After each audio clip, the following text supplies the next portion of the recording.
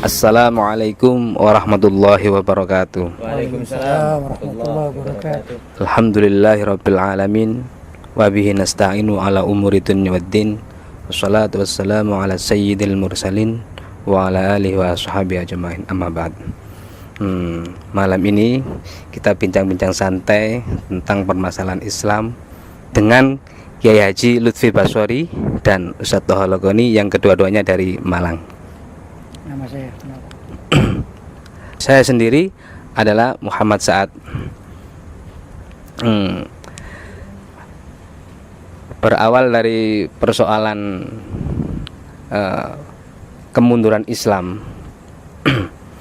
Islam pada abad yang lalu pernah menjadi sebuah peradaban, menguasai peradaban dunia dengan berbagai unsurnya. Dan salah satu unsur peradaban Islam itu terletak pada ekonomi. Begitu kejayanya, yaitu tentang perekonomian yang disebut hari ini dengan perekonomian syariat. Nah, ketika Islam hari ini mengalami kemunduran dan otomatis juga berhubungan dengan kemunduran ekonomi Islam, ini bagaimana menurut Kiai Lutfi? Terima kasih atas kepercayaan yang diberikan pada saya dari Ustadz Muhammad Sa'ad ya. Kalau kita bicara perekonomian Islam, berarti kita bicara Islam secara makro ya, secara mendunia internasional ya. Ya memang kalau kita melihat ya bahwa perekonomian dunia Islam itu sekarang bisa dikatakan merosot. Itu kalau dilihat bahwa kiblat dunia ini, maksudnya perekonomian ini kiblatnya bukan kepada negara-negara Islam, tapi negara-negara non Muslim, ya Barat, termasuk juga sekarang ke China ya, dan lain sebagainya gitu ya. Ya memang kita merasa prihatin ya, karena memang kalau kita bicara Rasulullah Shallallahu Alaihi Wasallam, beliau itu adalah seorang manajer yang handal, sebenarnya begitu ya. Dan beliau ini kalau dikatakan sebagai pelaku bisnis, beliau pernah berhasil. Tatkala beliau Nabi kita Muhammad Shallallahu Alaihi Wasallam sebelum diangkat menjadi nabi itu kan mendapatkan kepercayaan dari Siti Khadijah dengan cerita yang panjang. Maka beliau berdagang. Setelah beliau berdagang beserta dengan orang-orang Arab sekitarnya, ternyata dagangan beliau ini yang paling laris. Kan begitu? Ini sejarah ya. Nah, kalau kita cermati bagaimana itu sistemnya, sistemnya ternyata Rasulullah itu menerapkan bahwa dagangan beliau dijadikan sebagai tempat kulaan. Kulakan itu ya tempat grosir. Sedangkan tetangga-tetangga yang lain itu menjual ecer. Secara RC beliau menjual secara partai. Maka apa yang terjadi? Para pembeli itu kembali merujuk kepada Rasulullah. Kenapa? Karena dianggap murah. Jadi beliau sebagaimana kalau orang jualan partai itu kan murah. Cara mengambil keuntungan ya.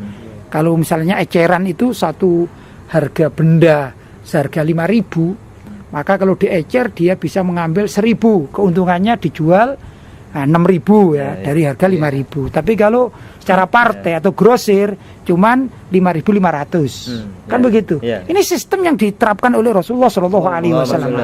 Luar biasa beliau ini memanage dia perdagangannya itu luar biasa. Itulah sebenarnya perekonomian syariat ya, salah satu yang bisa dicontoh gitu ya.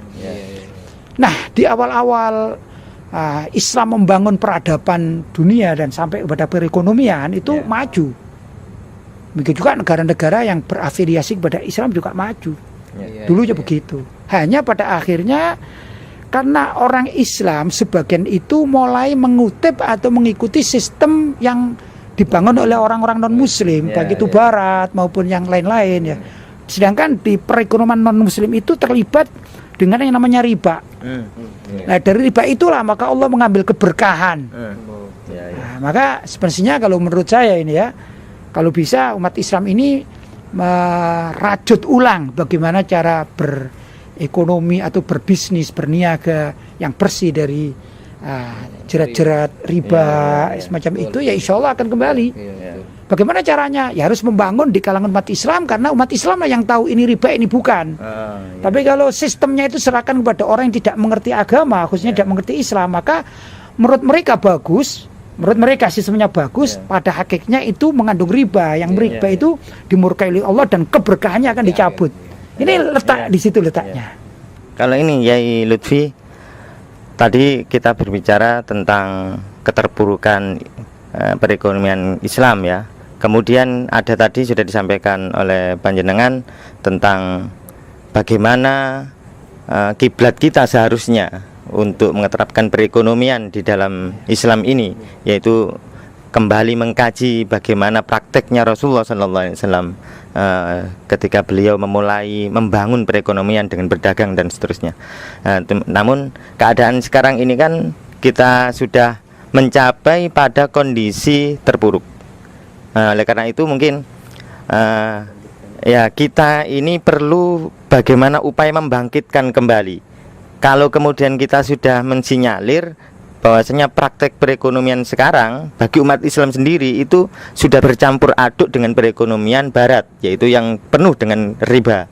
Oleh karena itu, bagaimana kemudian kita membersihkan kembali ya noda-noda yang seharusnya bersih tanpa riba mengikuti jalannya Nabi Muhammad SAW. Kemudian kita kembali supaya perekonomian di dalam syariat Islam ini benar-benar bangkit seperti yang pernah terjadi di tempo lalu, abad-abad yang lalu. Mungkin Yai bisa menyampaikan secara sempurna. Ya begini, kalau umat Islam itu sepakat sepakat untuk merajut ulang perekonomian di lingkungan Islam itu sendiri, itu harus dimulai. Jadi kalau di dalam bahasa syariat itu kan dikatakan ibda binafsik, kan gitu kan, mulai dari dirimu sendiri. Kalau kita sendiri sekarang sebagai orang Islam mau menjalankan perekonomian itu secara Islami, ya insya Allah bisa, gitu ya. Jadi misalnya kita mengadakan komunitas kecil ya, komunitas kecil itu bisa dikatakan gimana membuat sesuatu, memproduk sesuatu dari kita untuk kita, dari lingkungan kita untuk lingkungan kita, begitu ya. Misalnya dari jamaah.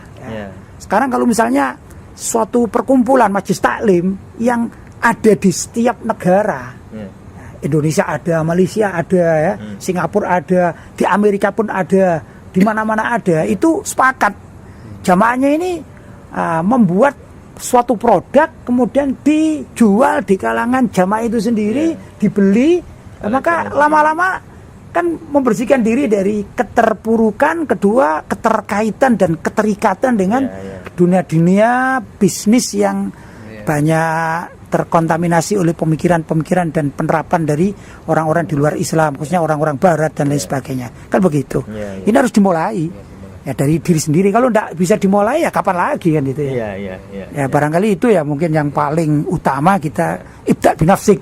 Kita mulai dari diri sendiri, kita mencurahkan segala pemikiran kita untuk perekonomian di kalangan lingkungan sendiri, kita produk sendiri, dijual sendiri kepada masyarakat sendiri, masyarakat muslim sendiri, umat Islam juga dianjurkan untuk membeli dari produk-produk lingkungan sendiri. Insya Allah Allah akan memberkahi kehidupan masyarakat Islam semacam demikian. Begitu saya kira ya. Terima kasih.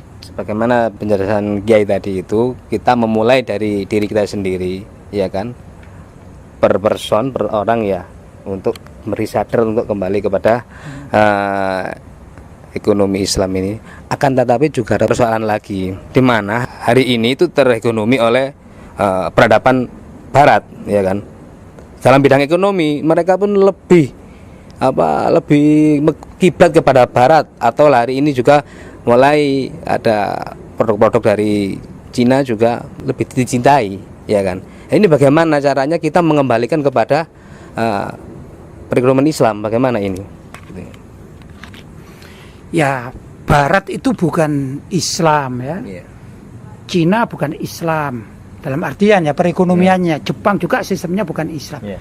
Nah, kita umat Islam itu kan punya sumber sendiri, yaitu Al-Quran, hadis, serta fatwa-fatwa yang ditulis oleh para ulama salaf kan gitu, dalam buku-buku fikih.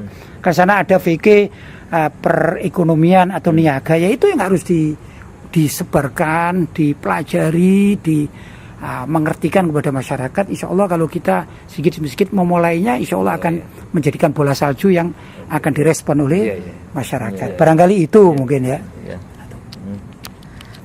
Ya, alhamdulillahirrahmanirrahim. Ini tadi dialog kita di kesempatan hari ini semoga bermanfaat karena kita membicarakan bagaimana kita membangkitkan kembali ekonomi Islam agar supaya peradaban Islam ini benar-benar bangkit dan jaya, tidak terpengaruh oleh hal-hal yang bisa merusak dan merongrong diterapkannya syariat Islam ini secara sempurna begitu. Terima kasih pada Bapak Kiai dan Ustadz Sa'ad. Alhamdulillah semoga ini bisa menjadi amal baik bagi kita semua. Amin.